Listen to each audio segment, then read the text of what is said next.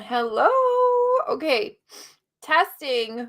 Please tell me when you hop on if you can see me and if you can hear me because I'm working with a whole new setup. I have a brand new monitor going. I have a webcam going. Okay, it's working on YouTube. So, I'm going to go live on my Instagram. Say hello as you hop on. I should probably make sure I'm actually live really quick. So we are going to talk tonight. Okay, I am. And it looks okay. If you can see me. Okay, and I can hear myself. I did it, y'all. I did it. Oh my God, I'm so excited.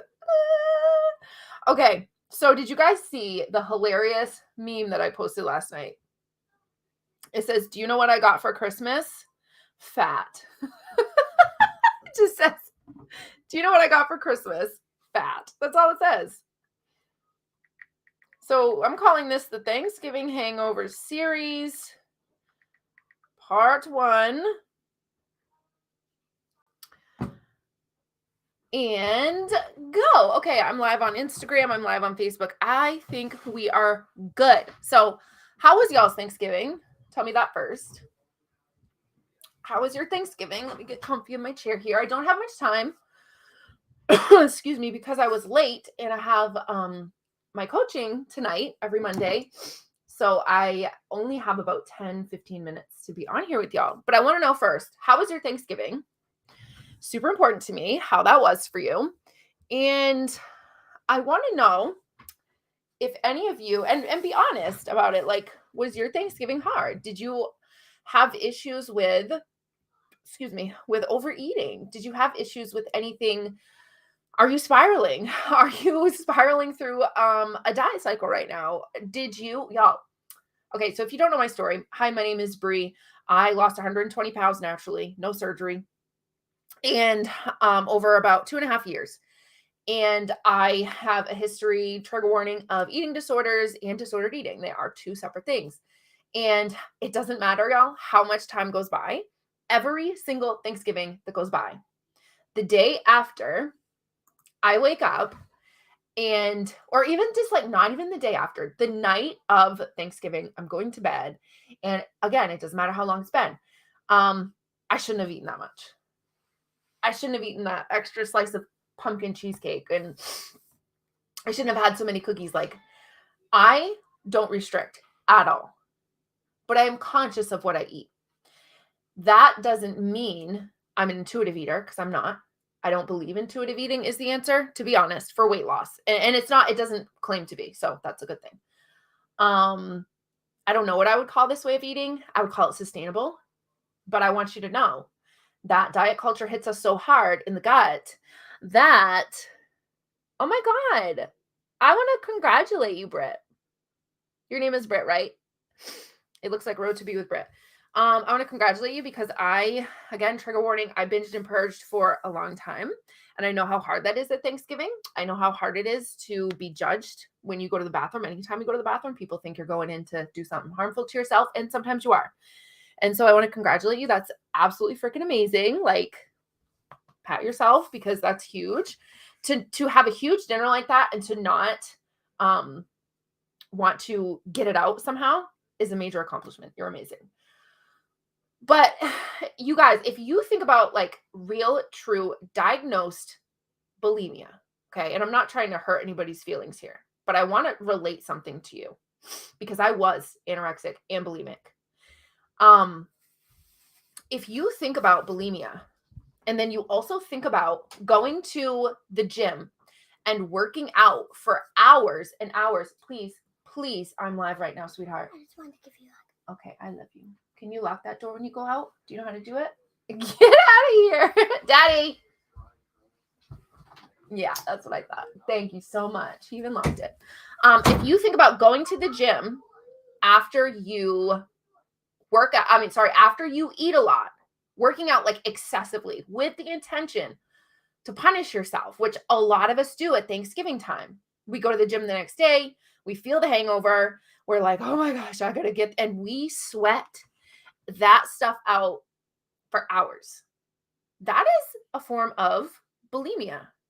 If you continue to do it over and over and over again, every time you overeat, you go to the gym, you buy diuretics, you buy not diuretics, but the other ones. Why can't I think of it? Stool softeners, like stuff to make you go poop. Those are also forms of bulimia. Like trying to extricate everything that you've put in your system, essentially in a habit form when you've been doing it a lot, binging and purging, eating a ton, trying to get rid of it in some way, eating a ton, and then taking a product that you think is going to get rid of it, detoxing. Again, the diuretics, why can't I think of what it is called when you are trying to poop? Yes. Exercise is a form of purging for some people. And that is one of the huge points that I wanted to talk about tonight. We have this Thanksgiving hangover. We want to punish ourselves. We want to feel like we've gotten rid of the damage or reverse the damage that we've done to our bodies in one day. One meal. Laxative. Thank you. Laxatives and diuretics. Thank you, Britt. We want to undo the damage we've caused. This is our heads. And again, I still fall into this sometimes. I pull myself out before anything physically happens, but the mentality takes many years to come out of. We have to recognize when this is coming up. Because I said this in my stories the other day. It is more harmful to go and take the laxative, to go and purge through exercise, actually purge through like what you typically think of purging. Overdoing it with detoxes. The next day after Thanksgiving, you're detoxing, right? Those are forms of purging. And it is a form of dieting. It's a form of being in the diet cycle. And we have to understand this part, that we can't punish ourselves for one meal. This will continue. If you do not nip this in the bud this year, let this be the last Thanksgiving. If you identify with somebody who, excuse me, the day after Thanksgiving immediately went to a detox tea, laxatives, diuretics, the gym for hours. I'm not talking just going and doing a solid workout. That's different. I'm talking about you went to the gym for hours. You ran, you did the cardio, you did the lifting, and then you ran again, and then you did lifting. Like you just went back and forth. Like you were in the gym for hours the day after Thanksgiving. Punishing, I shouldn't have eaten that much. I shouldn't have eaten that much. And that's the identifier in your brain when you're saying to yourself constantly over and over again, I shouldn't have eaten that much. I shouldn't have eaten that much. Oh my God. Oh my God. And you're almost like in this fight or flight because of Thanksgiving, because of your like perceived damage that you caused your body from one meal. So this is not a problem that you can fix overnight. This is why I always say weight loss is mental first. Because if you do not actually understand your body enough to be able to identify your blocks, it's going to be really hard to figure out how to lose weight. If you can't understand and identify, maybe I'm not sleeping enough. Like it takes a strong-willed mind to identify and evaluate what is going wrong. Why do you keep falling in this punishing yourself after Thanksgiving meal? Why do you keep falling into these cycles? That is a lot to deal with mentally. And I still see it. People will buy my products. They will buy my coaching. And then the next, 2 weeks later, they're on keto again. I'm like, bro, there's nothing wrong with keto per se, but it is still a diet. And what people don't realize is dieting is what got them in the position that they're in right now.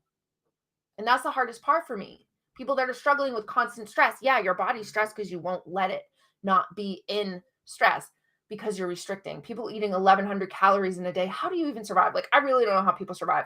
But that is why there's chronic health conditions. Blood sugar is a mess. Hormones are a mess. Stress hormone, cortisol is through the roof. Everything. Gut health is out of whack. You're not even going to the bathroom. Like this is leading to actual health issues and you continue to ignore it in the name of what does it say on the scale? We have to stop doing this to ourselves. I haven't stepped on the scale since August. Since I weighed in when I started my program with my clients, my founding members in my program. August, I think it was 17th when I took my pictures, stepped on the scale. I have no idea what I weigh. So that was like 3 months, almost 3 months, over 3 months ago. I don't know what I weigh. I don't particularly care. I will weigh in after 6 months. I'm good with that. I'm good with weighing in every 6 months. Like, I'm good with it because I don't gauge my success or my weight loss, my maintenance success, my whatever. I don't gauge it on a number that is so completely subjective. It tells you very little. It tells you very little. If it's that time of the month, you're going to retain water.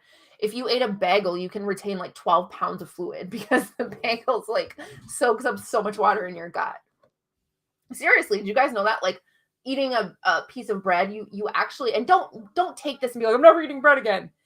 You retain more water when you eat more carbs. So if you think about something like Thanksgiving, you eat all those carbs, you're retaining a lot of water. So those of you who stepped on the scale Friday morning and then went into a spiral, you are doing yourself a huge disservice by even looking at that scale for the next week at least. And if you're one of those people that stepped on the scale and you don't have one of, and you did not get my email that I sent out, it might have just been to my clients, but I do send tips and tricks out all like at least probably once a week, maybe every 2 weeks. Make sure you're on my email list. If you're not, go take my quiz in my link in bio. Go take the Diet Alter Ego quiz. It will automatically add you to my email list. And anytime I send out like a pre-Thanksgiving tips, like do this, don't do that, here's a reminder, I do my absolute best to always send out tips before any holiday, just reminders, because I know that it if you're not hearing it all the time, if it's not your life's work like it is mine, it might be kind of hard to continue that mentality. Okay, so this is part 1. I have to run because I have to get on our coaching call. So I'm trying to think of what time I will be back tomorrow. Tomorrow will be part 2. And tomorrow we're going to talk about, you hold right on, I will tell you. Let me just make sure I got everything in that I wanted to cover tonight. And another thing, y'all, like, to be honest with you and not to sound super harsh, but we need to also understand we put ourselves in the position that we're in. It's very hard. I don't like to say that to anybody. But when we can look at Thanksgiving, take the data from Thanksgiving, take the facts. What were the facts? My intention for Thanksgiving was not to overeat. Well, did you? The fact is I overate and I felt like, a garbage can after I overate. Up to 48 hours later, I felt thuggish bones. I felt sluggish. I felt lethargic. I felt like I had a hangover. Y'all feel me? And I stepped on the scale like a fool and I'm spiraling, and I'm still spiraling 3, 4, however many days later we are now, 5 days later. Thanksgiving, Halloween, Christmas, New Year's, when there's these charcuterie boards and champagne everywhere, and you have the best of intentions to not overdo it, but we can't control ourselves sometimes. In all of these holidays, we tend to go into spiral. Do you know what stresses women out the most about holidays? Thinking about how they're going to avoid all of the sweets and the refined carbs, and how they're going to avoid that average of 7 pounds gained every holiday season. That's what stresses us out more than where am I going to find the money to buy, $5,000 worth of presents for all my damn kids and relatives. That, like, the weight gain stuff stresses us out more than the financial stuff. Tell me I'm lying, because I know I'm not. No, like, unless you're naturally thin and you've been thin your whole life, I'm not talking to you. Must be nice. You can't help it. It's fine. I understand. But I'm just saying, those of us who actually have to work to keep our figure, we worry about it. We worry about it a lot. Our biggest fear is gaining weight. And for people who've gained weight and you're in the position where you feel like you can't lose it, our biggest fear is gaining weight. We don't want to gain any more weight because we already feel like we're too big in that position, right? So then something like Thanksgiving comes around and it's spiral. Then you go into Christmas, you're hit with the financial stuff. It is constant freaking stress. When are you going to end the stress? When are you going to pick up the accountability and finally take action? Like, this is absolutely in no way, shape, or form meant to shame anybody. This is me telling you what it's really like and what your brain's going through and what you're going to do next year if you don't do something about it right now. It is so unfortunate that another year goes by and we as females put every single person above us.